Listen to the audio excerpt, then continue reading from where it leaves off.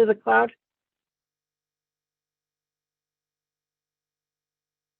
Okay, so I'm going to introduce you.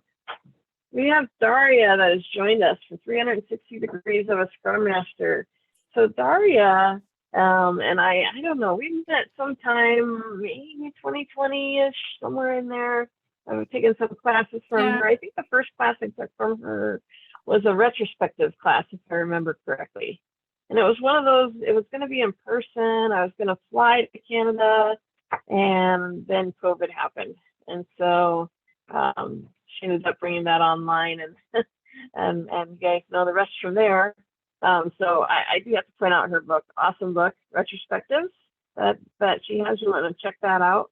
We'll add a link to it in the chat at some point if you're interested. It's a Scrum Master's Guide, so it's really expanding your Scrum Master toolkit to engage your teams, and some awesome retrospective ideas there.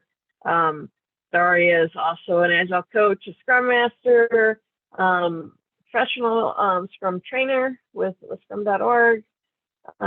She is, oh my goodness, she's doing all kinds of things. So she has an awesome community called Scrum Master, and actually it's called Mastering Scrum. It's a community of practice that she has recently launched. She has a free version and a pro version, and she'll talk to you more about that. But I am part of that community, and I can tell you it's a really great way to connect with other Scrum Masters, and just for a place for Scrum Masters around the world to build skills and knowledge and become more successful in taking the next step in their career. So awesome community, and I'm sure I'll let Daria tell you more about that. But at this time, I am going to go ahead and turn it over to Daria. Welcome. Thank you. Thank you for the warm welcome. And thank you for introducing me. And that's true. I think that is the first time, I think, when we met, it was somewhere at the beginning of COVID. And yeah, that's where we saw how important it is to be agile so that we can actually adapt to the situation. Okay. So I'm here to talk to you about the Scrum Master role, of course, the 360 degrees of a Scrum Master.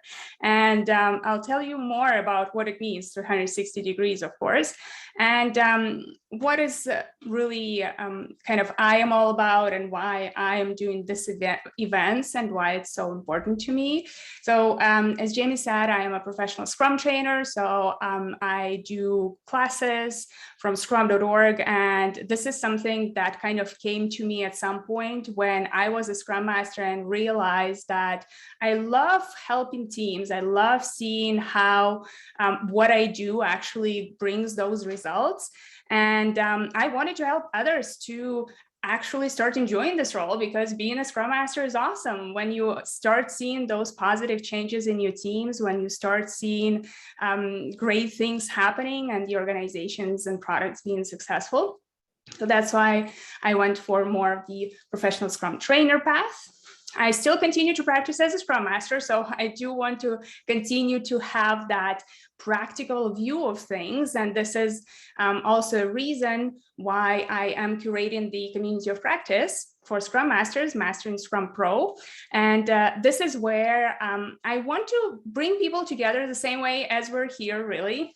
And what I realized over the years that no matter how many years of experience we have, no matter where we are in the world or what kind of company we work for, we all are facing the same challenges. And just knowing that you are not alone in facing those challenges and being able to talk to others about that is so helpful. It just makes your life, the Scrum Master life, so much more enjoyable, but being able to connect to people who know what you do and what you're going through on a daily basis. So those are some of the things that if you want to learn a bit more about what I do, here are just a few links here, the Scrum Master website and Mastering Scrum Pro community as well. So let's go forward and see what we're going to be discussing today. And we'll have a Q&A at the end, so that if you have any questions, feel free to write them down and then at the end, put them in the chat. So what are the things that we'll talk about? Well, what does it mean to be a 360-degree Scrum Master? Right. I initially came up with this topic as more of, well, first a catchy title, but the more I was thinking about this, the more it made sense. And I'll show you what I mean by this 360 degrees. How does agile maturity impact actually your 360 degrees? Not only the agile maturity that you are developing yourself, but the team, the organization overall. What services are part of your 360 Scrum Master degrees, what you actually should be doing in order to bring that change to the organization and to help others be more successful with Scrum. What work reduces your Scrum Master services and actually impacts your long-term success and the long-term success of your team. What skills does your team need to help you stay at 360? And of course, what skills do you need to be the successful Scrum Master and how you can get some of those skills? So let's jump into the next slide. We all know from the Scrum Guide, the Scrum Master is a true leader who serves the Scrum team and the larger organization. So this is the 360 degrees. We know there are kind of three levels in a way on which the Scrum Master operates to help teams and the organizations, obviously serving the Scrum team, serving the product owner, and serving the organization. So these are the key elements of the Scrum Master role, right? We work with the team to help them implement Scrum, to help them understand their role. We work more specifically with the product owner on the product side of things. And then, of course, we need to help the whole organization become more agile so that they can be successful.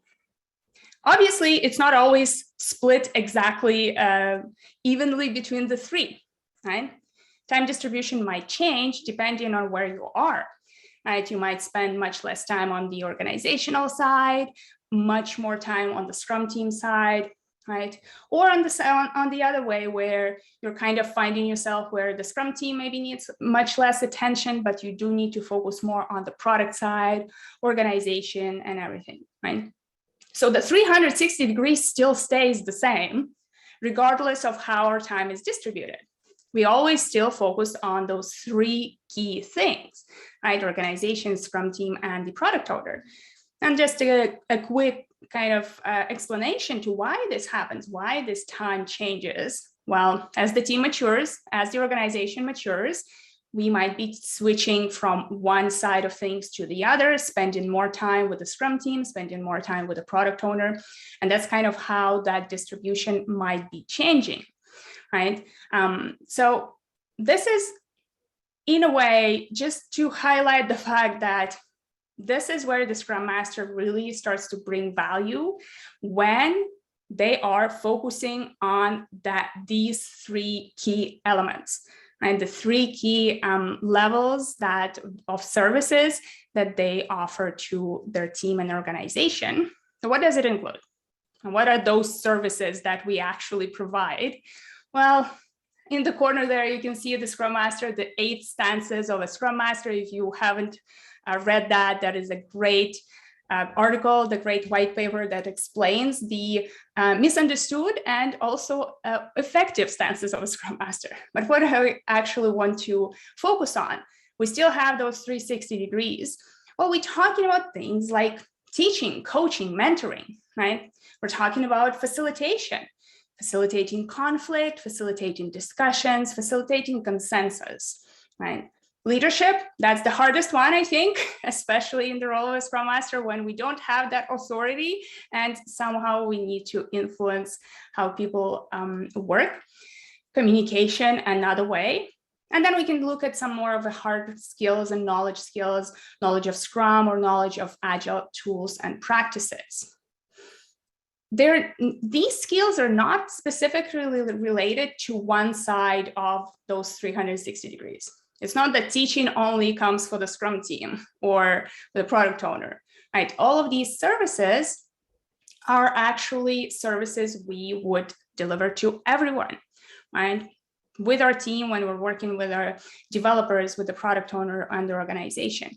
Stakeholder management, even here at the last one that I mentioned here, stakeholder management, yes, it is more on the side of the organization, but when we are working with our team, when we are trying to remove some impediments, well, this is where we can really see that how this stakeholder management impacts our team as well. So all of these are something that we would work on. Now, what usually happens when we go into the organization that is still trying to figure it all out? What is Agile? What is the role of the Scrum Master? Right? And because these items, like the three key elements, are not as descriptive, right? When we go back to the Scrum Guide, it might be difficult to understand, well, what does the actual Scrum Master do? And figuring out that these are the services that Scrum Master provides might not be as easy as it seems, right? So what sometimes happens? What are some of the organization's expectations for the role? What do we sometimes see? Well, reporting. Who have ever created a reporting velocity report or have been asked to track velocity of their team, looking into maybe the number of user stories completed and things like that. Organization, another one. Well, we often might be asked to organize things that could be organized by someone else, or maybe are not even part of what we should be focusing on, right? Such as organizing meetings, inviting the right people, right? I remember often holding to all of the invitations of my Scrum team as I was working with them, because no one else thought that they should be taking on that work. Documentation, of course. I know that in Agile, everybody thinks that we don't do any documentation, but there's lots of documents that we still need to create, right? And especially on the team side, we can think about things like documentation of our processes, retrospective notes, or any other meeting notes or decisions that the team has taken. And that often is given back to the Scrum Master in a way. Project management. That's another one that sometimes comes up, where we're focusing more on that status reporting, understanding where we are at. Are we on track, right? How are we going to meet our deadlines? That is given back to the Scrum Master. Product backlog, especially when there is no product owner or the role of the product owner is understood. Managing the product backlog sometimes falls back on the Scrum Master, right? And people management, right? So looking at some of those things that seem like we already have similar roles already in the organization that work on these items, but they are sometimes given into the hands of the Scrum Masters. Now, what happens if we actually take those, right? So we say, okay, I'm going to take the organization, I'm going to be documenting everything, right? Reporting, et cetera, because my organization needs me to do that, right? Well, what happens is that we're no longer at 360, right?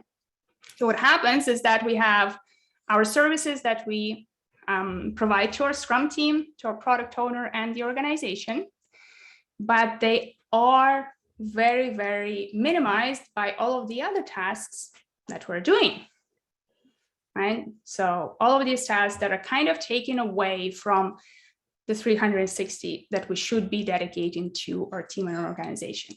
So other responsibilities, push out the Scrum Master role, right? We start to focus more on those, and it means that we have much less time to actually provide the services that the organization really needs from us. And instead of maturing, the team is squeezed back into the old ways, right? So instead of us actually changing the distribution of time that we spend with the Scrum team, the product owner, and the organization, instead, we're actually increasing more of that distribution of time between the Scrum Master role and everything else that we are maybe expected to do, right? So at this point, we're incomplete, incomplete Scrum Master. We are no longer at 360 degrees. We no longer have an ability or a way to really impact that long-term success for the organization. And obvious, the more you focus on these, the less time you have for the right skill development. And we looked at the services that the Scrum Master delivers, and those are the services that we need to focus on. Those are the skills, and I'll go a bit more in detail on some of those skills that you should focus on when we're focusing on all of these other things that are added into the Scrum Master role, right? So, good question would be, what's your Scrum Master degree? We talked about 360. 360, we know what kind of services we provide. We work on the Scrum team level, the product owner, the organization, services like teaching, coaching, mentoring, right? Stakeholder management, communication, knowledge of different practices. Or maybe there is a distribution that actually takes away all of that space. So I'd like you to spend just a little minute to think about what are some of those, what is current distribution that you find yourself in? Are you at 360 or not? And if not, where do you think you are at which point in this 360 model? So I'm going to give you a little minute to think about that, while I do need to do just a little change in my slide while you're thinking about that.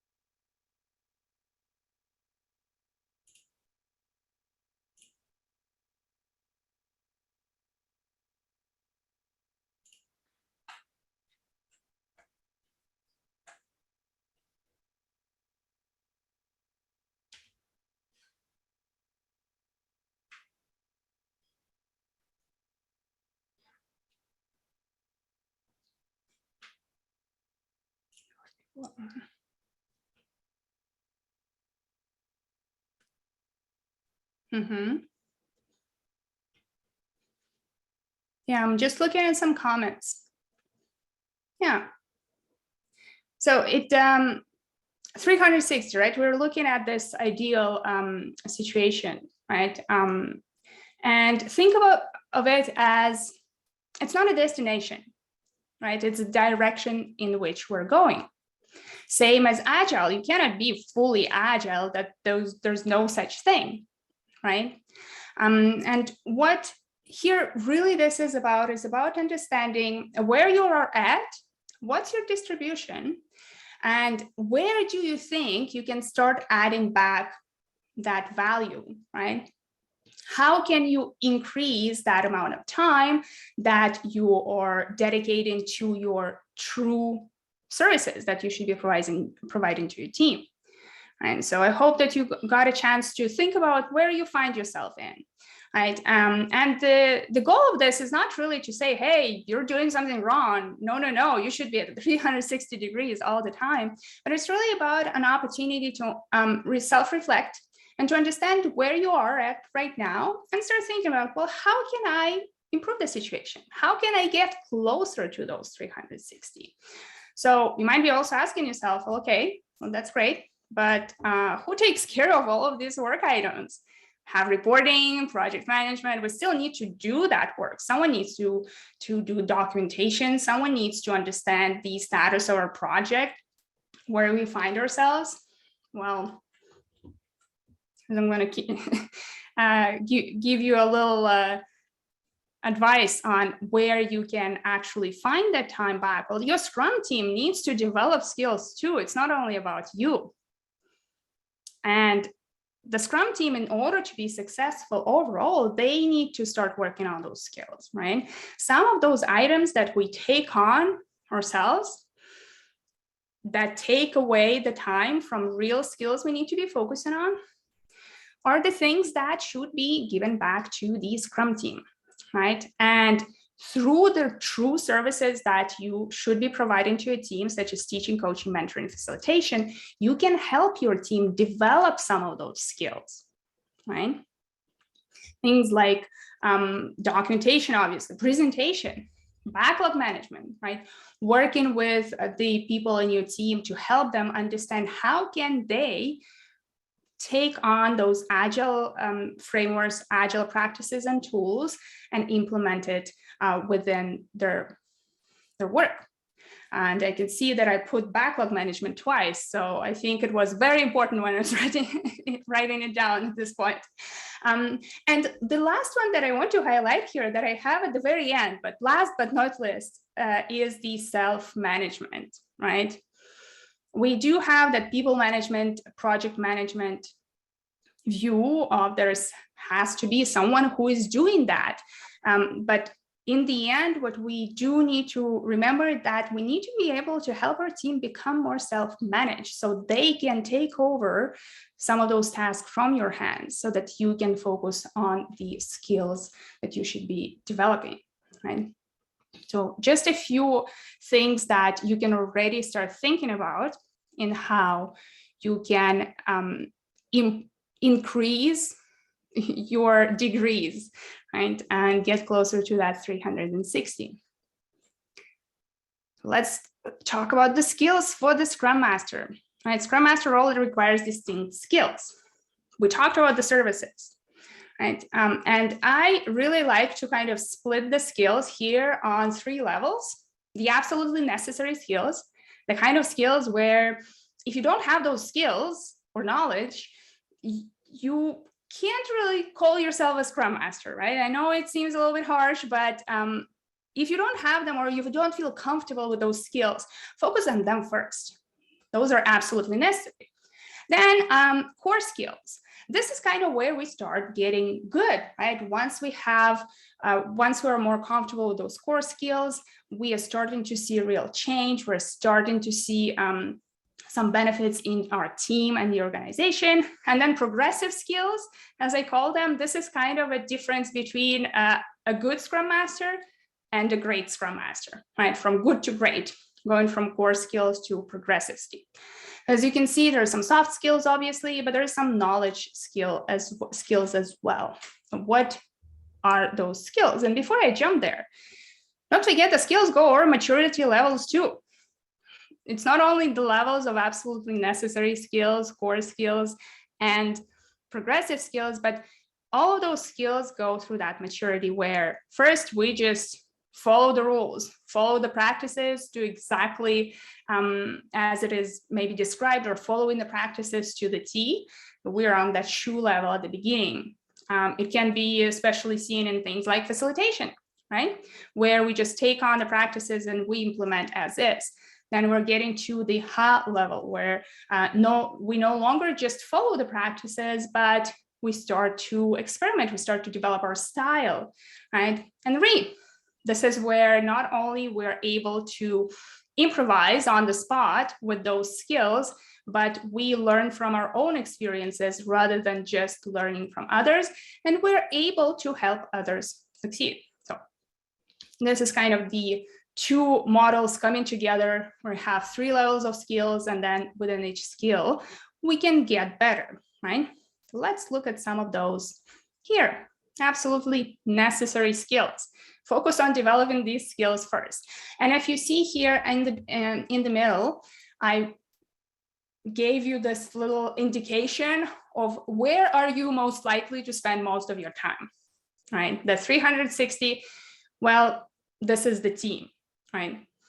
The Scrum team, this is where you most likely are spending most of your time when you are kind of finding yourself on this level, developing those absolutely necessary skills, because you can focus on developing those skills, but also focus on one specific aspect of the role, right?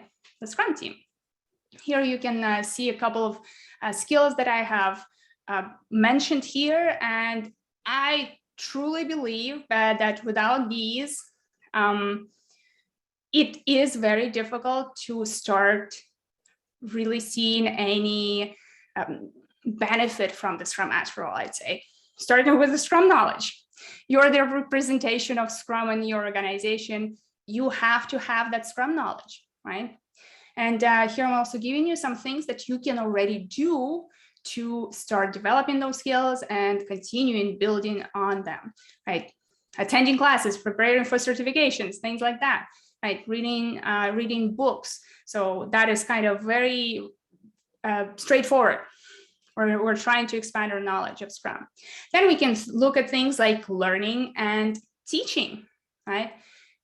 Learning, it's more about trying out new things, figuring out what else can I do, conducting new experiments, doing some research. I think especially at the beginning for me, research was taking over so much time during my day, just because I was trying to figure out, well, what can I do? What can I implement? What practices and tools can be helpful, right? And that was obviously an opportunity for me to expand my knowledge. And I believe learning is essential for kind of that curiosity that you would expect a lifelong learner to have. And I think just the fact that you are here in this meetup shows that you want to learn more, right? You're already developing that skill. So there you go. You are taking that step on getting more curious and continuing to learn. Teaching, practice. Always practice for a lot of those, right? If you don't feel very comfortable with teaching yet, and I know that the first years as a Scrum Master for me, that was like never. I was very stressed and was not very open for providing teaching experiences or workshops for others. And now I'm a Scrum trainer, right? So that kind of is something that we develop, and the more we practice, the more we become a better teacher, meaning that we can help our team understand complex concepts, Scrum processes, roles, other frameworks with much ease, rather than trying to explain those complex contexts without that teaching skill. And then asking questions, observation and listening, right? Observation and listening is kind of the first thing that you do need, especially if you're starting with a new team, right? What do you do when you start with a new team? Well, the first thing you need to understand is what is happening, right? You want to understand the context, you want to understand your team, your observation and active listening are a must. You have to work on those. And asking questions here, I actually made it very specific, the asking questions one, as I was working through that Scrum Master development plan here. It is part of coaching. And I think this is the first step that you can already start taking in developing the coaching skill, because if you look just at the coaching skill, it seems very big and vast. And where do I even start, right? Well, start with asking questions.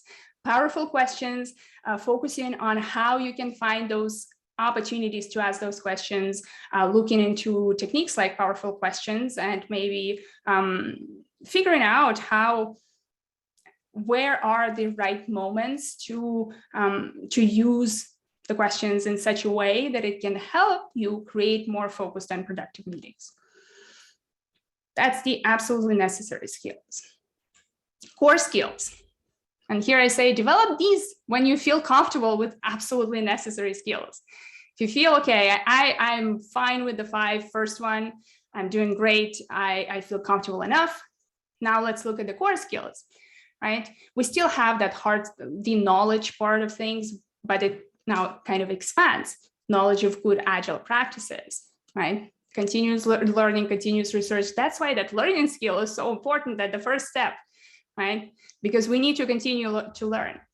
Facilitation, and I put it more in the core skills rather than absolutely necessary skills, because I think it's kind of more of a progression and the next step, because this is where you're getting to that level of good, right? And things like facilitation, coaching, and mentoring can help you. Conflict resolution, I put it here specifically because I know that conflict often is seen as a negative in a lot of teams or organizations, but as a Scrum Master, you are there to encourage conflict, healthy conflict. And in this case, if you want to do that, you should be able to manage it, right? You should know, how do I actually help my team? How do I encourage healthy conflict and then support my team in resolving it, right? So how do you do that? Do not avoid conflict and instead try to find ways and tools that you can implement in that conflict resolution. And of course, communication, which I kind of associate a lot with the building relationships. Okay. And the progressive skills, from good to great. Work on these when you have at least basic core skills, because otherwise it might be pretty overwhelming, right? There are a lot of things. And if you look at these, you can see that they are very, very broad. There are a couple of knowledge ones: knowledge of agile metrics, knowledge of agile frameworks. It's not only about Scrum, right? Things like executive coaching, leadership. This is where we start seeing that organizational change. And as you can see in the middle here, the little circle, the 360 circle, I put in the organizational part much bigger, right? Because this is where we are able to impact the organization as a whole, right? And living by the Scrum values, kind of coming back to that, creating the right culture of what it means to be professional in Scrum, what it means to have professional behavior when we are working in an Agile or Scrum environment, right? So just a few things there. Now, those are a lot of things that I have talked about, right? Just a quick overview. We talk about absolutely necessary Scrum knowledge, teaching, observation and listening, asking questions, learning. Core skills: knowledge of good Agile practices, facilitation, coaching, mentoring, conflict resolution, and communication. Progressive skills: living by the Scrum values, knowledge of Agile metrics, knowledge of Agile frameworks, executive coaching, and leadership. Right. Just a few things to remember. So now looking at those, maybe you already kind of thought about, as I was going through that presentation, well, which skills and knowledge come easily to you? Which ones are already there? You feel comfortable, you feel that it's okay, I can move on, I can continue working on something else. And which skills are more challenging for you? So I'll give you another minute to think about it, to think about what are those skills that we have talked about that are easier for you or maybe more challenging. And do we have a moment for a little pairing up? Just asking the organizers for a few minutes of discussion in pairs. Yep, okay. And I have breakout rooms, okay, great. I'll let you think about that question right now, and then I'm gonna give you a few minutes to discuss this in pairs and start helping each other really to kind of create a plan of action, right? Now that you have a better recognition of some of those skills you need to be focusing on, it's a good moment to start thinking what you can do to improve. And remember the goal, we're trying to get as close to 360 as possible, right? Because we want to take that time back. Yeah. Can Jamie? you show us those slides one more time again? Yes, okay. So absolutely necessary.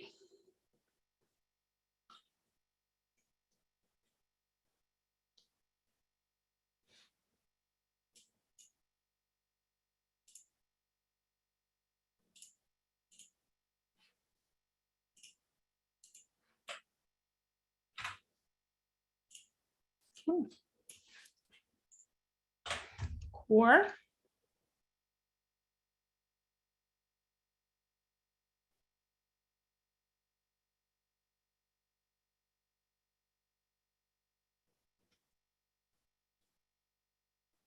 and progressive.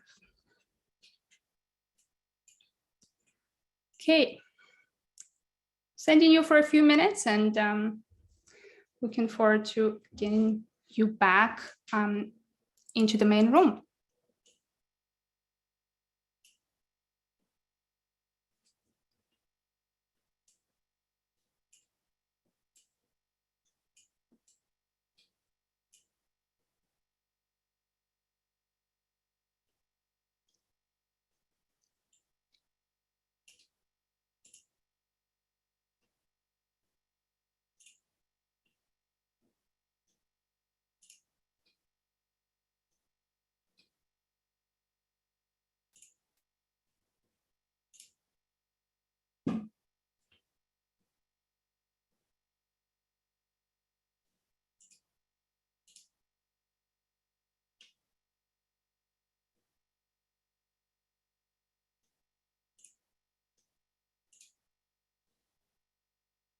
I wonder if it's just people's phones that are still here or something.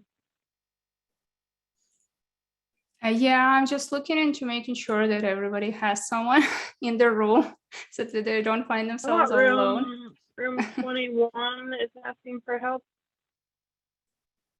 Okay, 21. Okay.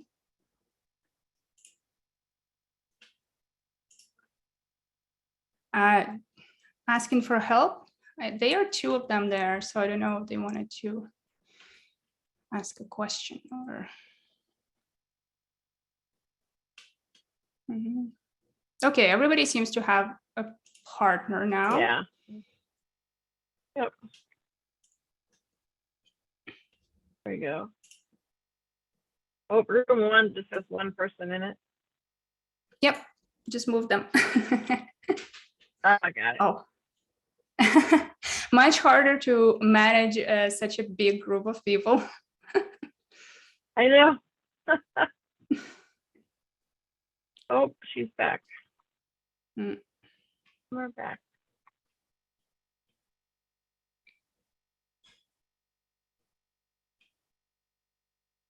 Now room 6 just has one person. Oh, okay. He And came Timothy back. came back, yeah. I think in room 6 there was some issue because I was trying to talk to my partner, but I think they could not hear me, or I don't know, maybe Oh, okay. Yeah, in room 1 as well. Oh, okay. Yeah. What is going on, Zoom? We're having some Zoom issues today. Oh no. Well, I only left 1 minute left, so I'll just let people who are in the rooms to finish. And for those of you who are back, to. Hi, can you go to the first slide? Not before progressive. Oh, the absolute. Oh, this one, core? No, the absolute. Sorry, this one. Okay. Yeah, thank you.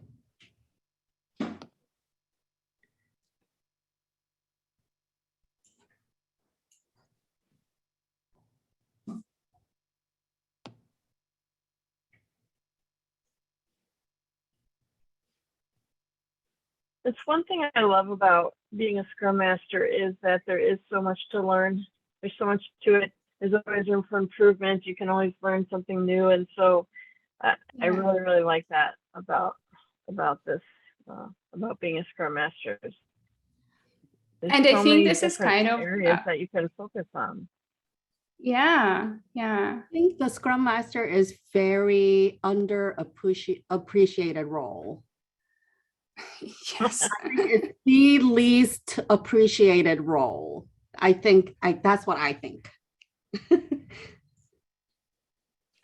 And I think this is kind of where it comes to having the right mindset in that role really helps, because you know that if everything goes well, it's not going to be thanks to you in a way, because in the end, what you're trying to do is help others succeed, right? It's not about your own success, and being able to feel or to be proud of that is kind of the necessary thing, that your trait that you need to have in order to continue to do that, right? And feel that you are making some changes, that you are doing something great. Yeah.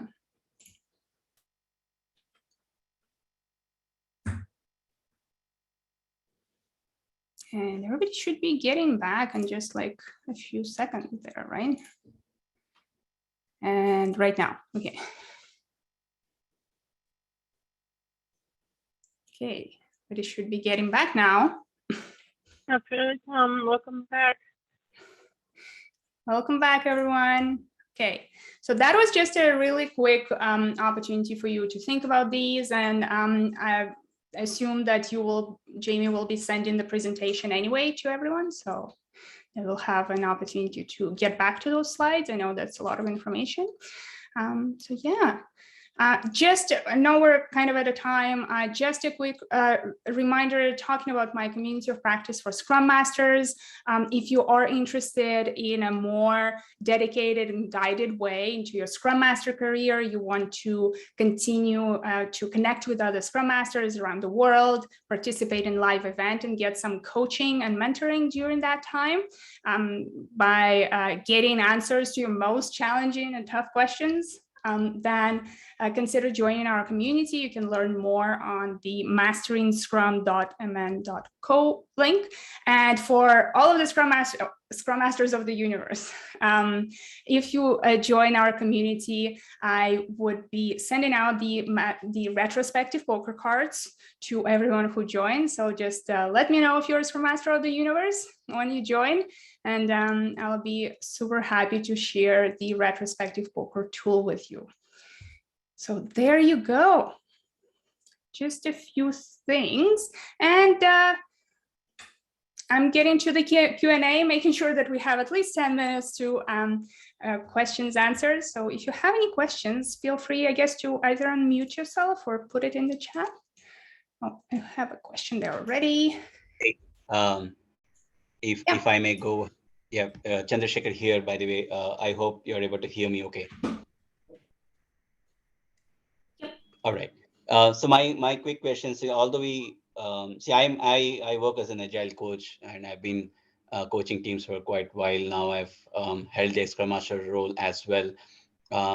Apart from this, I think it is important that how we establish the agile mindset in people, keeping the roles away. But my intention is always to keep human at the center, right? So as aligning towards that or achieving. Always to get better at. My question even is, let's say in this case of a Scrum Master or as an agile coach, are we still not unknowingly or knowingly, intentionally or unintentionally, still creating that push environment, saying that, for example, time boxing, right?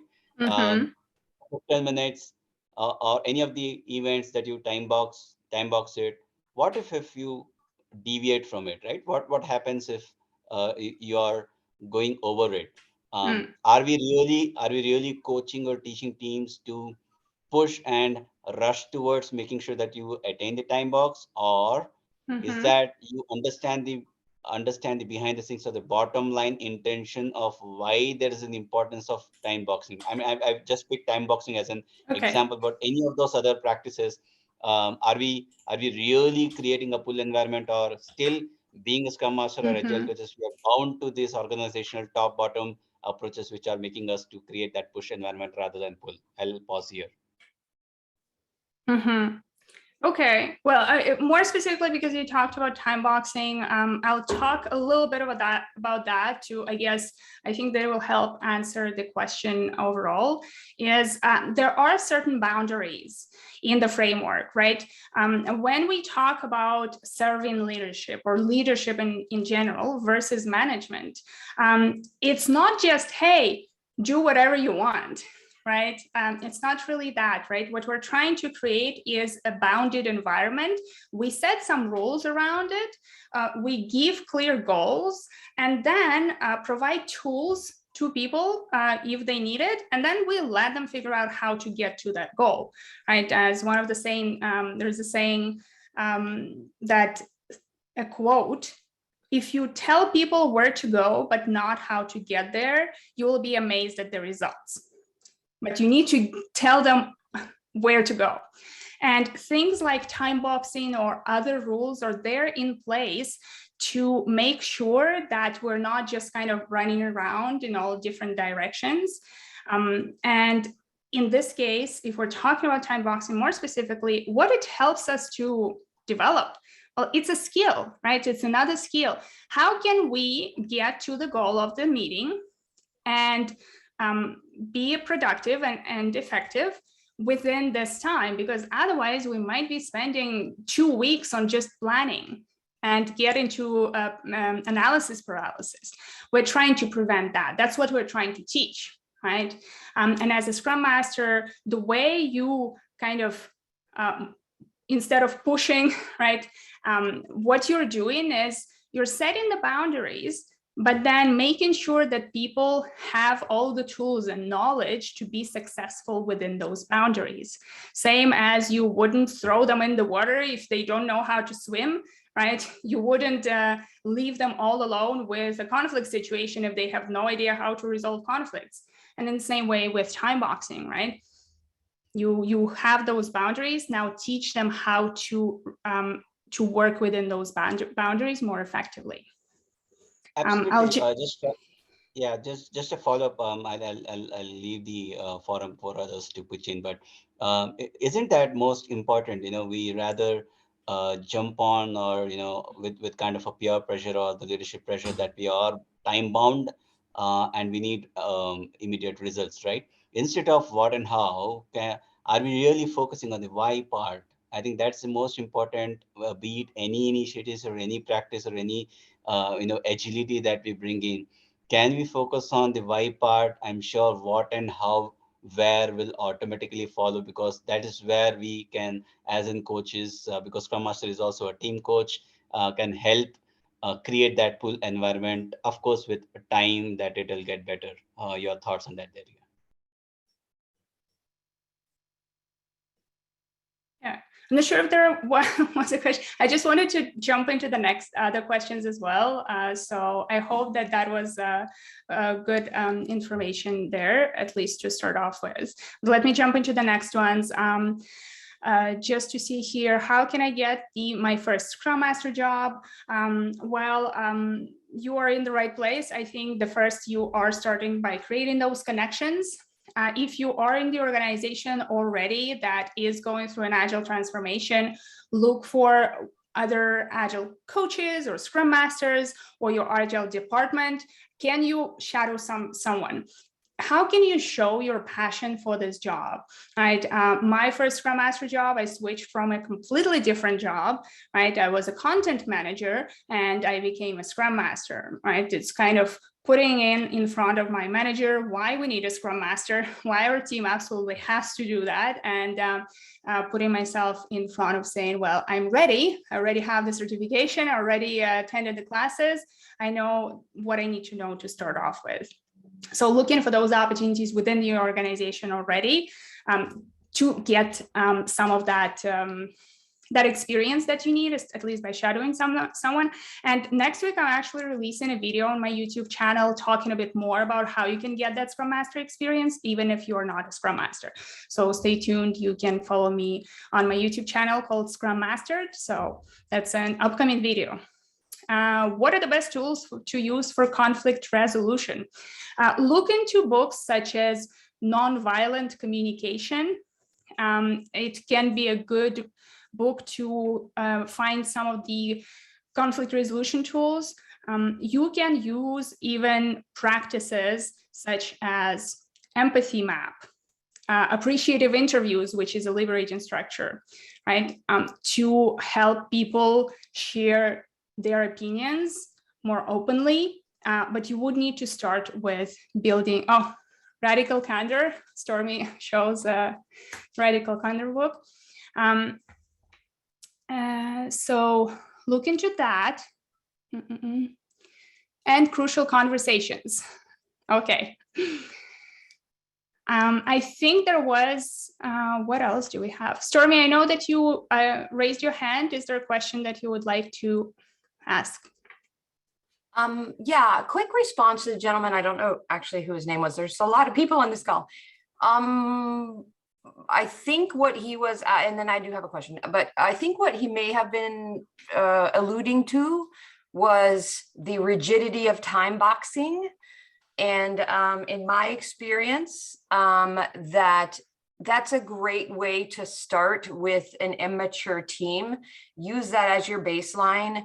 And then you have, as you grow and develop and create, and